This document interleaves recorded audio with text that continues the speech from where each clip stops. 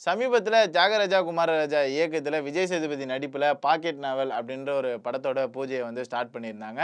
So அந்த பூஜைய தொடர்ந்து இந்த எப்பயுமே ஒரு படம் வந்து பூஜை போட்டாங்கன்னா, ஒரு ஷெட்யூல வந்து ஆரம்பிக்கிறதுக்கு ஒரு சில கால அவகாசங்கள்லாம் விடுவாங்க. அப்படி இல்லாம இந்த படத்துக்கு வந்து பூஜை போட்ட உடனே வந்து இந்த படத்த ரொம்ப பரபரன்னு ஃபாஸ்ட்டா எடுத்துக்கிட்டு இருக்காங்க. எதனால அப்படின்னு பார்த்தீங்கன்னா, ஒரு பக்கம் விஜய் சேதுபதி அவர்களுக்கு வந்து அரசன் ஷூட்டிங் இருக்கு. ஸோ அந்த ஷூட் ஷெட்யூல்லாம் வந்து அடுத்த ஷெட்யூல்ல வந்து நான் நடிக்க போறேன் அப்படின்ற ஒரு இதுவுக்காக இந்த ஷெட்யூல வந்து நம்ம எவ்வளோ படத்த வந்து எடுத்து முடிக்கணுமோ, எடுத்து முடிச்சிடலாம் அப்படின்னு சொல்லிட்டு சாலிகிராமத்தில பரபரன்னு எடுத்துக்கிட்டு இருக்காங்க இந்த படத்த.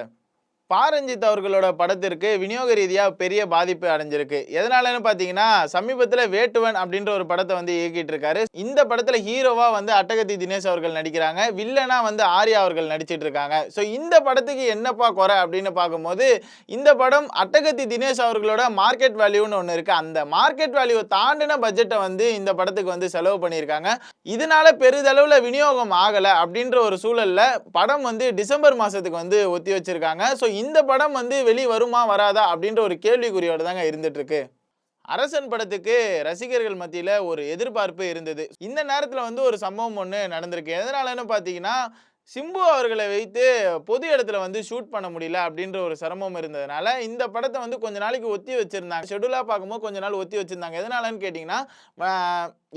கேட்டீங்கன்னா, வெற்றிமாறன் அவர்கள் வந்து தானு அவர்கள் கிட்ட எனக்கு வந்து இதே மாரி ஒரு செட்ட வந்து அமைச்சு குடுக்கணும் அப்படின்னும்போது, கிட்டத்தட்ட ரூ. 20,00,00,000 செலவு வந்து அந்த செட்டுக்கு வந்து இருந்தது. ஸோ இந்த காரணத்தினால ரொம்ப நாளா இந்த படம் வந்து தள்ளி போயிட்டே இருந்தது. அந்த ஷூட்டிங் ப்ராசஸ் அப்படின்ற ஒரு விஷயம். இப்ப என்ன பண்ணியிருக்காங்கன்னு பார்த்தீங்கன்னா, அந்த மொத்த செட்டையும் கலைப்புலி தானு அவர்கள் வந்து அமைச்சு குடுத்திருக்காரு. ஸோ இந்த படத்துல வந்து இதுக்கப்புறம் பரபரப்பா சுவாரஸ்யமான முக்கியமான காட்சிகள் தான் இந்த செட்ல வந்து எடுக்க போறதாவும் பல செய்திகள் வந்து அடிபட்டுட்டு இருக்கு. ஸோ இன்னொரு ஒரு விஷயமா என்ன இருக்குன்னா, சமீபத்தில விக்ராந்த் அவர்கள் வந்து நெறைய இடத்துல மனம் உடைந்துலாம் பேசியிருந்தாரு. பெரிதளவுல எனக்கு வந்து படம் வாய்ப்பு கிடைக்கல. அதுக்கப்புறம் எனக்கு விஜய் அவர்களோட பாணி இருக்கு. விஜய் அப்படின்ற மாரி சொல்லி என்ன முடக்கிட்டாங்க அப்படின்ற ஒரு விஷயங்கள்லாம் சொல்லிட்டு இருந்தாரு. இப்ப சிறந்த கூட்டணியா வந்து வெற்றிமாறன் அவர்களோட இணையறாரு. சிம்பு அவர்களோட அரசன் படத்துல முழு நீளமா இணைஞ்சு இந்த படத்துல வந்து நடிக்க போறாரு. அப்ப கரெக்ட்டான ஸ்கிரிப்ட்ட வந்து இந்த வாட்டி விக்ராந்த் அவர்கள் வந்து சூஸ் பண்ணியிருக்காரு. ஸோ இதுக்கப்புறம் எவ்வளோ படங்கள் வந்தாலும் வெற்றிமாறன் அவர்களுக்கு இம்பார்ட்டன்ஸ் குடுத்து இந்த படத்துல வந்து முழு கான்சன்ட்ரேஷன் போட்டு நடிக்க போறாரு அப்படின்ற மாரி சினி வட்டாரங்கள்ல பேசும் பொருளா அமைஞ்சிட்டு இருக்குங்க. தாய் கிழவி படம் வந்து மிகப்பெரிய வெற்றியை வந்து அடைஞ்சிருக்கு. நல்ல ஒரு பிளாக் பஸ்டர் ராதிகா அவர்களுக்கு வந்து கிடைச்சிருக்கு. ஸோ அத சிவகார்த்திகேயன் அவர்கள் வந்து அமைத்து கொடுத்தார் அப்படின்ற ஒரு சந்தோஷம் சினி வட்டாரங்கள்ல கடந்து போயிட்டு இருக்கு. ஸோ இந்த சமயத்துல இந்த படத்தோட வசூல் வந்து உண்மையான வசூல வந்து போட்டிருக்கிறதாவும் செய்திகள் வந்து அடிபடுது. இந்த இடத்துல வந்து சக்சஸ் மீட்ல ராதிகா அவர்கள் வந்து சொன்ன ஒரு விஷயம், ஒரு உருக்கமான ஒரு விஷயம். என்னன்னா, இந்த படம் வந்து கிட்டத்தட்ட ஒரு முழு ஃபெமினிசம் வந்து பேசியிருப்பாங்க. ஸோ அந்த ஃபெமினிசம் பெண்களுக்கு முக்கியத்துவம் கொடுக்கிறது எப்படி, அப்புறம் பெண்கள் எப்படி வாழலாம், பெண்களை எப்படி பார்க்கணும் அப்படின்ற ஒரு விஷயத்தையும் வந்து சொல்லியிருந்தாங்க. ஸோ இத தொடர்ந்து இந்த படத்துல ராதிகா அவர்களுக்கு வந்து எந்த ஹீரோயினுக்கும் கிடைக்காத ஒரு சான்ஸ் வந்து எனக்கு கிடைச்சிருக்கு. ஸோ எனக்கு ஒரு பெருமை இருக்கு, எனக்கு ஒரு கௌரவம் இருக்கு அப்படின்ற ஒரு விஷயத்தையும் ஷேர் பண்ணியிருக்காங்க. எதனாலன்னு பார்த்தீங்கன்னா, ஹீரோஸ்க்கு வந்து இந்த ரெவென்யூ ஷேர் அப்படின்ற ஒரு விஷயம் வந்து கிடைக்கும். ஏன் சிவகார்த்திகேயன் அவர்களே அடுத்தடுத்த படங்கள்ல ரெவென்யூ ஷேர் மூலியமா தான் படங்கள வந்து கமிட் பண்ணிட்டு இருக்காரு. ஸோ முறையா 1% ரெவென்யூ ஷேர சம்பளத்த தாண்டி வந்து ராதிகா அவர்களுக்கு வந்து இந்த புரொடக்ஷன் டீம் வந்து குடுக்குறாங்க அப்படின்ற ஒரு விஷயத்த மிக கௌரவத்தோடும், மிக பெருமையோடும் ஷேர் பண்ணியிருந்தாங்க. ரொம்ப சூப்பரான ஒரு விஷயமா சினி வட்டாரங்கள்ல பேசும் பொருளா அமைஞ்சிட்டு இருக்குங்க.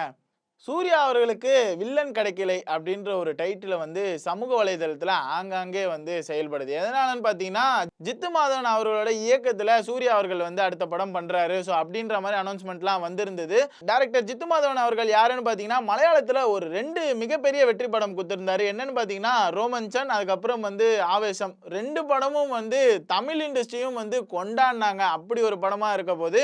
ஸோ இப்ப சூர்யா அவர்களை வைத்து பண்றாரு. ஸோ இந்த படத்துக்கு வந்து வில்லன் கதாபாத்திரம் ஒரு போலீஸ் ஸ்டோரியா இருக்கும்போது ஒரு வில்லன் கதாபாத்திரம் வந்து தேவை அப்படின்னும்போது அதுக்கு எஸ்டிஆர் அவர்களை போயிட்டு பிட்ச் பண்ணியிருக்காங்க அப்படின்ற ஒரு செய்தி வந்து சமூக வலைதளத்துல பரபரப்பா பேசும் பொருளா அமைஞ்சிட்டு இருக்குங்க. ஸோ அந்த அந்த ஒரு விஷயம் வந்து எஸ்டிஆர் அவர்கள் வந்து யோசித்து பார்த்துவிட்டு இந்த படம் வந்து எனக்கு செட் ஆகாது அப்படின்ற ஒரு விஷயத்த வந்து சொல்லியிருக்காரு அப்படின்ட்டு சினிமா வட்டாரங்கள்ல பேசும் பொருளா அமைஞ்சிருக்குங்க. சிவகார்த்திகேயன் அவர்களுக்கு உடனடி வெற்றி தேவை அப்படின்ற மாதிரி சமூக வலைதளத்துல ஒரு மிகப்பெரிய விமர்சனமா வைத்திருக்காங்க. ஸோ அவர் புரொடக்ஷன் பண்ண படங்கள் வெற்றி அடையுது. ஆனா அவர் நடித்த படங்கள் பெரிதளவுல வெற்றியை காணல அப்படின்ற ஒரு விஷயமும் அமைஞ்சிருக்கு. என்னன்னு பார்த்தீங்கன்னா, மதராசி படமும் ரசிகர்கள் மத்தியில ஒரு பெரிய எதிர்பார்ப்பு இருந்தது. அது அந்த அளவுக்கு போகல அப்படின்ற ஒரு விஷயமும் இருக்கு. பராசக்தி ஸோ ஒரு அடுத்த ஒரு லீடுக்கு கொண்டு போற படமா சிவகார்த்திகேயன் அவர்களுக்கு இருக்கு. ஸோ சுதா கோங்கரா ஒரு பக்கம் இருக்காங்க, ஜெயம் ரவி ஒரு பக்கம் இருக்காங்க, அதர்வா ஒரு பக்கம் இருக்காங்க. இந்த படம் எங்கேயோ போக போகுது அப்படின்ற எதிர்பார்ப்பு அதிகமா இருந்ததுனாலயோ இந்த படம் வந்து ஓரளவுக்கு தான் போனது அப்படின்ற ஒரு விஷயமும் கருதப்படுது. இதனால என்ன நடக்குதுன்னு பார்த்தீங்கன்னா, அடுத்த படம் அவருக்கு உடனே வெற்றி தேவை. அப்பதான் அடுத்தடுத்த படங்களை நோக்கி போக முடியும். அவருக்கான மார்க்கெட் வேலையை தக்க வச்சுக்க முடியும் அப்படின்ற ஒரு விஷயம் இருக்க சூழல்ல பார்க்கிங் டைரக்டரை வந்து பிட்ச் பண்றாரு சிவகார்த்திகேயன் அவர்கள். ஸோ இவங்க 2 பேரும் சேர்ந்து படம் பண்ண போறாங்க. இந்த படத்துக்கு வந்து வில்லன் பெரிய ஹீரோவா தான் போட போறதா சொல்றாங்க. ஏன்னு பார்த்தீங்கன்னா, பராசக்தி ஒரு பெரிய இம்பாக்ட கிரியேட் பண்ணுச்சு. ஒரு நார்மலான வில்லன் இல்லாம ரவி மோகன் போல ஒரு ஹீரோ வந்து வில்லனா வந்தோடனே அந்த படத்தை அடுத்த கட்டத்துக்கு நோக்கி கொண்டு போச்சு. பெரிய எதிர்பார்ப்பும் வந்து அந்த படத்து மீது வந்துருது. ஸோ இப்போ ஒரு பெரிய ஹீரோ வேணும் அப்படின்ற போது பேஷன் ஸ்டுடியோ பண்றதுனால விஜய் சேதுபதி அவர்களே வந்து நடிப்பதற்கு வாய்ப்பு இருக்கு அப்படின்ற மாதிரி பல செய்திகள் வந்து சினிமா வட்டாரங்கள்ல பேசும் பொருளா அமைஞ்சிட்டு இருக்குங்க. டைரக்டர் அஸ்வத் மாரிமுத்தும் எஸ்டிஆர் அவர்களும் இணைந்து ஒரு படம் பண்றதா அப்படின்ற மாதிரி செய்தி வந்து ஒரு கொஞ்ச காலமாவே பரபரப்பா போயிட்டு இருக்கு. ஸோ எப்பதான் இந்த படத்தோட ஷூட்டிங்கை வந்து ஸ்டார்ட் பண்ணுவாங்க அப்படின்ற ஒரு கேள்விக்குறி இருந்தது இல்லையா? ஸோ அது எதனால அப்படி இந்த கேள்விக்குறி வரளவுக்கு நடந்திருக்குன்னு பார்த்தீங்கன்னா, சூப்பர் ஸ்டார் ரஜினிகாந்த் அவர்களுக்கு வந்து அஸ்வத் மாரிமுத்து வந்து கதை சொல்லியிருக்காரு. ஸோ அந்த கதையில வந்து கடைசி நிமிடத்துல ஒரு மாற்றம். அதுக்கப்புறம் தான் சிபி சக்கரவர்த்தி அவர்கள் வந்து தேர்வாயிருக்காரு. எதனாலன்னு பார்த்தீங்கன்னா, ஏஜஸ் வந்து இந்த எஸ்டிஆரோட படத்தை வந்து நீங்க முடிச்சிட்டு தான் அடுத்த படத்துக்கு நீங்க போகணும் அப்படின்ற ஒரு சின்ன ஒரு லாக் பண்ணி வச்சிருக்காங்க அஸ்வத் மாரிமுத்து அப்படின்ற மாதிரி சினிமா வட்டாரங்கள்ல ரொம்ப பரபரப்பா போயிட்டு இருக்க செய்தியா இந்த செய்தி வந்து அமைஞ்சிட்டு இருக்குங்க. ஆனா இதுல என்ன ட்விஸ்ட்னு பார்த்தீங்கன்னா, சிம்பு அவர்களே சொல்லியிருக்காரு, என் படத்துக்கு நான் இவ்வளோ கால் ஷீட்டு இத்தனை தேதியிலேருந்து இந்த தேதி கொடுத்துட்டேன், அதுக்குள்ளே நீங்கள் படத்தை எடுத்து முடிச்சிருங்க, அது வந்து உங்கள் பிரச்சனை அப்படின்ற மாதிரி சொல்லியிருக்காரு அப்படின்ற ஒரு விஷயமும் வந்து சமூக வலைதளத்தில் மிகப்பெரிய பேசும் பொருளாக அமைஞ்சிட்டு இருக்கு. டைரக்டர் ராஜ்குமார் பெரியசாமி டைரக்ஷன்ல தனுஷ் அவர்களோட D55 படம் வந்து பயங்கரமா குக் ஆயிட்டு இருக்குன்னே சொல்லலாம். ஃபர்ஸ்ட் ஷெட்யூல் வந்து முடிஞ்சிருச்சு. ஸோ செகண்ட் ஷெட்யூல் ரொம்ப பரபரப்பா எடுத்துக்கிட்டு இருக்கானே சொல்லலாம். இதுல ஒரு மிகப்பெரிய சர்ப்ரைஸ் எலமெண்ட்டை வந்து இப்போ ரிலீஸ் பண்ணியிருக்காங்க. என்னன்னு பார்த்தீங்கன்னா, மம்முட்டி அவர்கள் வந்து இந்த படத்துல வந்து இணைஞ்சிருக்காங்க அப்படின்ற ஒரு செய்தி வந்து சினிமா வட்டாரங்களில் ரொம்ப பரபரப்பா போயிட்டு இருக்குங்க.